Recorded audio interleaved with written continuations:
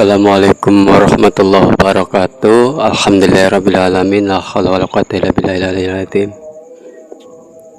Pembahasan kali ini masih membahas yang kedua, yang tentang masalah ruqyah. Ilmu tentang ruqyah yang kali ini adalah ilmu ruqyah mengenai hukum adat. Jadi apa sih ruqyah dalam ilmu adat itu? Nah, ilmu dalam suatu adat itu adalah ilmu panggilan ataupun ilmu yang telah diturunkan oleh beberapa kesepuhan kita, oleh beberapa guru-guru kita. Jadi disebutnya itu kebanyakan ilmunya ilmu kesepuhan, ataupun kalau misalkan paham Jawa dia ilmunya disebut kejawen. Kalau misalkan paham Sunda dia ilmunya disebut ilmu Siliwangi.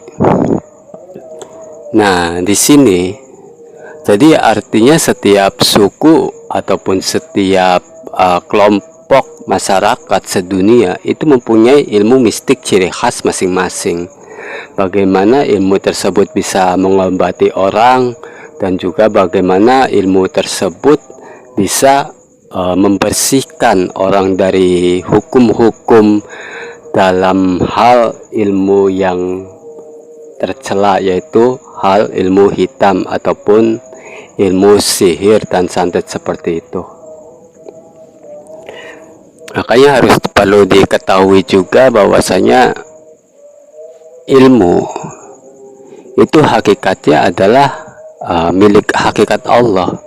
Nah, untuk membuat ilmu itu menjalankan atau berkembang itu tergantung dalam sistem kemanusiaannya zaman dulu. Sehingga manusia itu zaman dulu mempunyai suatu terjadi ketragedian ataupun suatu keganasan dalam zaman-zamannya, maka mereka mengisah ataupun mengasah ilmu batinnya itu supaya bisa membuat mereka aman dan juga membuat mereka itu nyaman.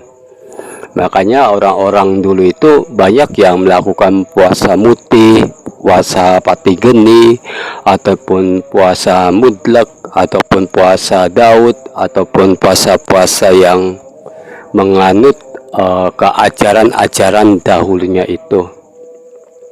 Nah, ada juga banyak dari ilmu-ilmu yang saya pernah ketahui yang seperti keilmuannya orang Banten ataupun keilmuannya orang dari Prabu Siliwangi, keilmuannya orang Kejawen.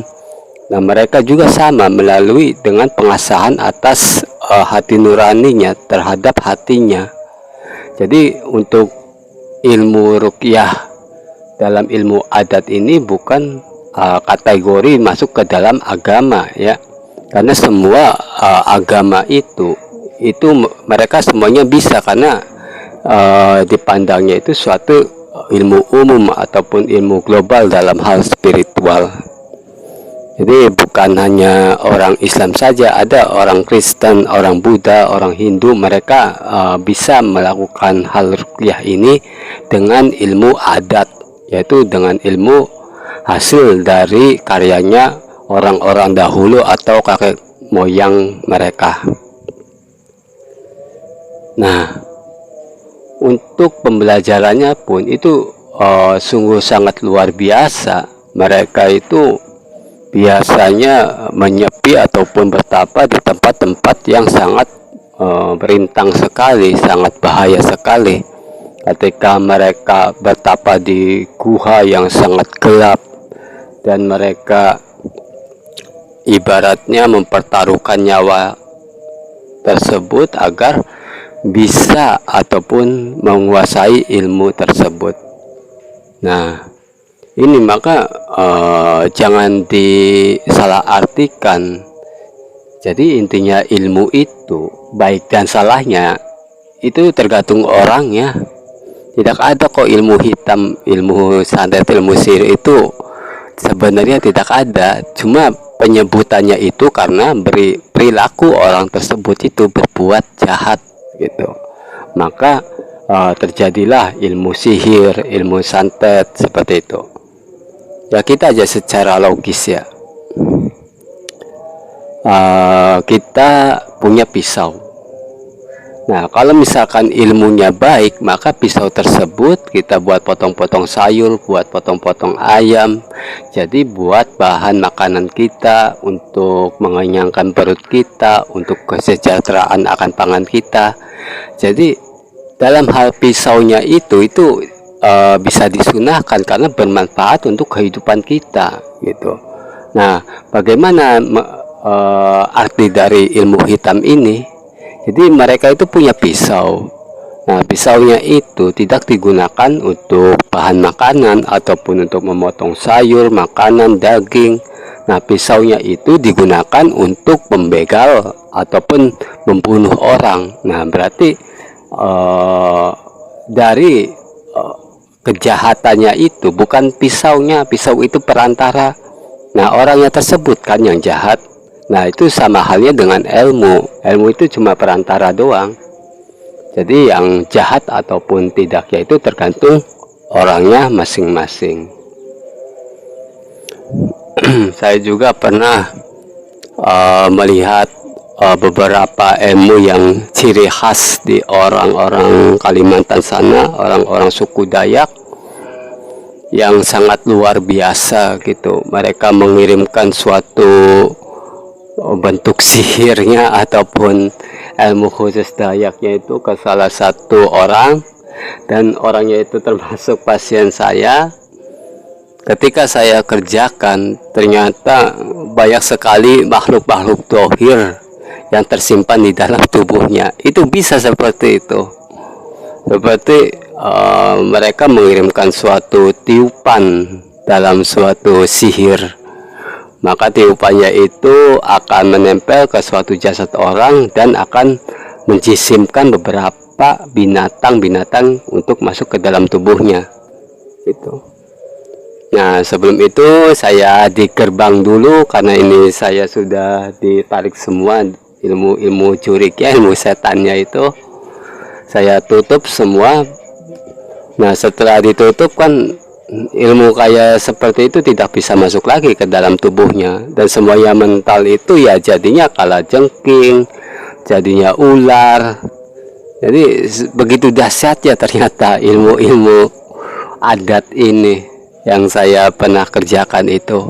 Ya ini sesuai dengan pengalaman saya pribadi ya ketika saya mempunyai pasien-pasien seperti itu. Nah, artinya saya yakin kok. Jadi ilmu itu sejatinya adalah milik Allah. Dan apapun kalau misalkan kita berlindung kepada hakikat Allah, maka hal-hal yang negatif, hal-hal yang jahat itu akan bertolak belakang, tidak akan bisa memasuki ranah suatu hak Allah. Nah, maka dari keyakinan itu alhamdulillah saya sampai sekarang banyak menangani kasus-kasus yang bentuk misteri yang aneh-aneh hingga nyawa saya dipertaruhkan, tapi alhamdulillah baik-baik saja, tidak ada lecet ataupun sakit gimana. Paling juga pernah batuk atau pusing sedikit lah. Nah, itu mah normalitas karena saking adu ilmu kalau kata orang Jawa mah.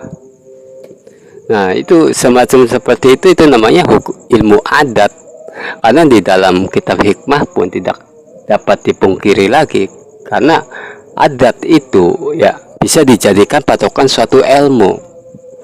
Nah, jadi dalam artian ya seperti yang saya bilang tadi, bukan termasuk dalam suatu keagamisan, tapi dalam suatu pengolahan manusia dari zaman dulu, mengolah suatu ilmu melalui tirakat-tirakat, melalui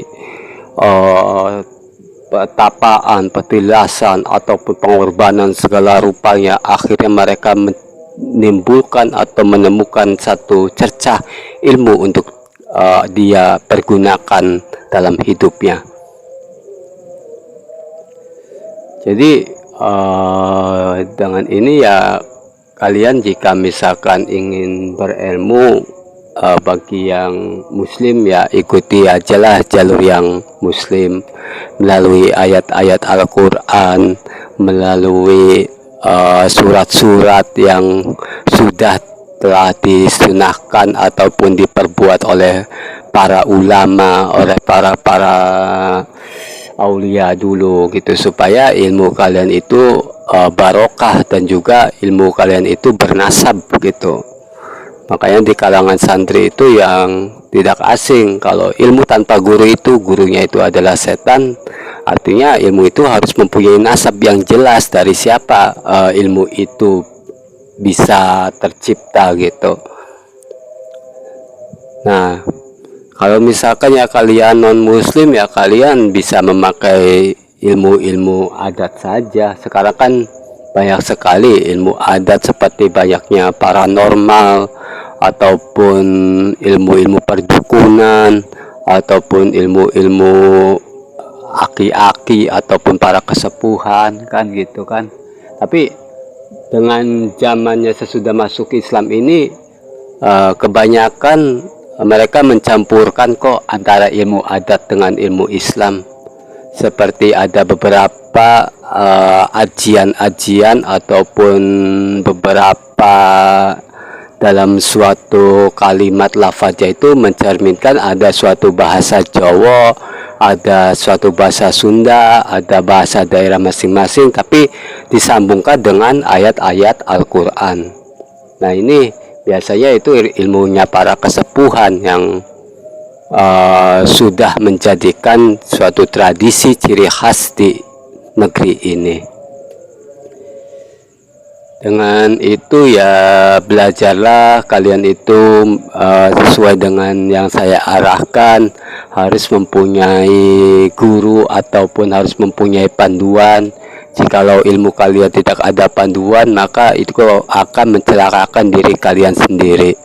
Ya kalian ibaratnya mempunyai buku tentang ilmu kejawen. Ini saya bahas ilmu adat dulu ya. Di ilmu kejawen, jika kalian itu bisa ilmu untuk mendatangkan rizki dengan cepat, maka kalian harus puasa mati geni. Sesudah mati geni, kalian itu harus semedi di tempat gua yang gelap. Sesudah di tempat gua, kalian harus mandi 7 sumur yang sumbernya itu berbeda. Jadi karena kalian itu tidak ada bimbingan mengikuti apa yang dikatakan YouTube ataupun buku itu, maka jelas nanti yang ada di dalam intisari dalam ilmunya itu adalah semuanya bisikan setan semua. Maka banyak sekali simpang siur juga dalam suatu kedohirannya.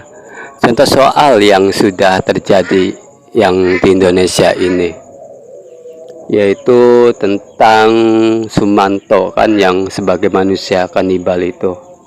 Karena dia belajar itu belajarnya tanpa guru, yang gurunya juga sesat gitu, tanpa guru juga. Jadi artinya mereka itu simpang siur. Jadi seharusnya ilmu diperbuat untuk kebaikan, mereka melakukannya apa? Melakukan kejahatan. Jadi membunuh orang setelah itu darahnya diminum sampai manusianya juga dimakan, kan secara akal sehat juga kan itu kan perbuatan setan. Nah jadi yang memasuki keilmuannya itu, yang memasuki bisikan-bisikannya itu adalah bisikan setan.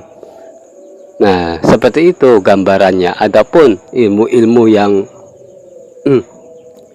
bersifat benarnya ya, yang ilmu adat tapi dia baik gitu ya, kayak semacam ilmu Raga Sukmo yang dulu para sesepuh kita, para pendahulu kita itu sering dipergunakan untuk mengusir zaman Belanda itu. Karena zaman dulu itu kan sudah tragis, banyak ya penjajahan di negara kita, pembunuhan hingga pemerkosaan segala rupa.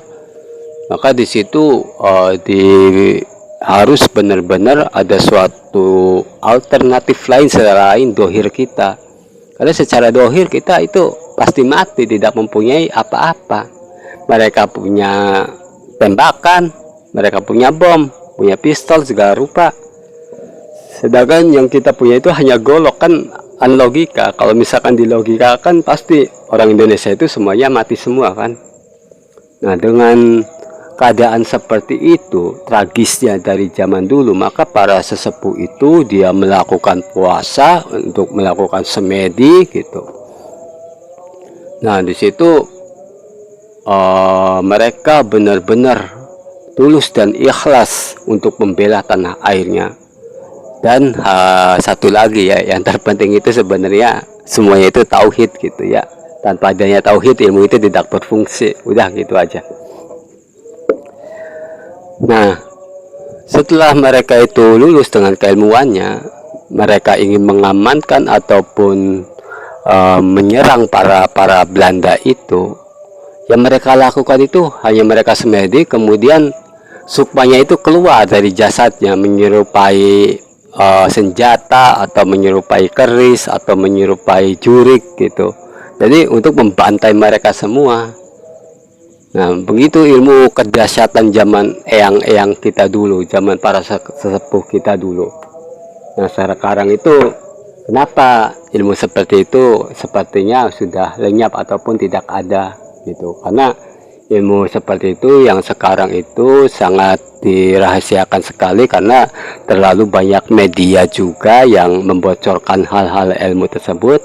Makanya orang-orang yang benar mempunyai ilmu seperti itu dia udah nggak pernah diajarin lagi karena zamannya juga tidak sesuai. Zamannya kita kan biasa-biasa saja kok, nggak sampai perang-perangan, nggak sampai bunuh-bunuhan kan. Terus zaman tidak sesuai, dan yang kedua karena banyaknya ranah media kita yang suka kepo ataupun suka memberikan fitnah terhadap ilmu-ilmu tersebut gitu. Padahal mereka itu semuanya itu nggak tahu, cuma akal-akalan mereka saja. Nah, itu gambaran singkatnya seperti itu ya. Jadi alangkah baiknya, alangkah sahnya gitu ketika kalian belajar mengenai ilmu, maka carilah guru atau panduan kalian untuk bisa memandu kalian supaya ilmu kalian itu tidak salah langkah. Nah, itu dari beberapa jenis ruqyah yang saya bicarakan, yang saya terangkan mengenai ruqyah ilmu adat. Jadi jangan merasa hanya orang Islam saja ya yang mempunyai ilmu adat itu. Itu ilmu adat itu semua agama, semua manusia juga bisa. Karena apa? Karena Allah itu menurunkan rahmatan lil alamin itu termasuk dengan ilmunya gitu. Rahmatan lil alamin itu adalah bentuk wujudnya. Nah, maka diberikanlah ilmunya, ilmu yang telah dibumbuhi untuk memantapkan kewujudan dalam hal itu. Maka insya Allah kalian yang mengikuti pengajian saya, kali-kali kalian bersilaturahmi ataupun tukar pikiran supaya kalian tidak salah langkah. Yaudah, begitu saja. Billahi taufiq wal hidayah. Wassalamualaikum warahmatullahi wabarakatuh.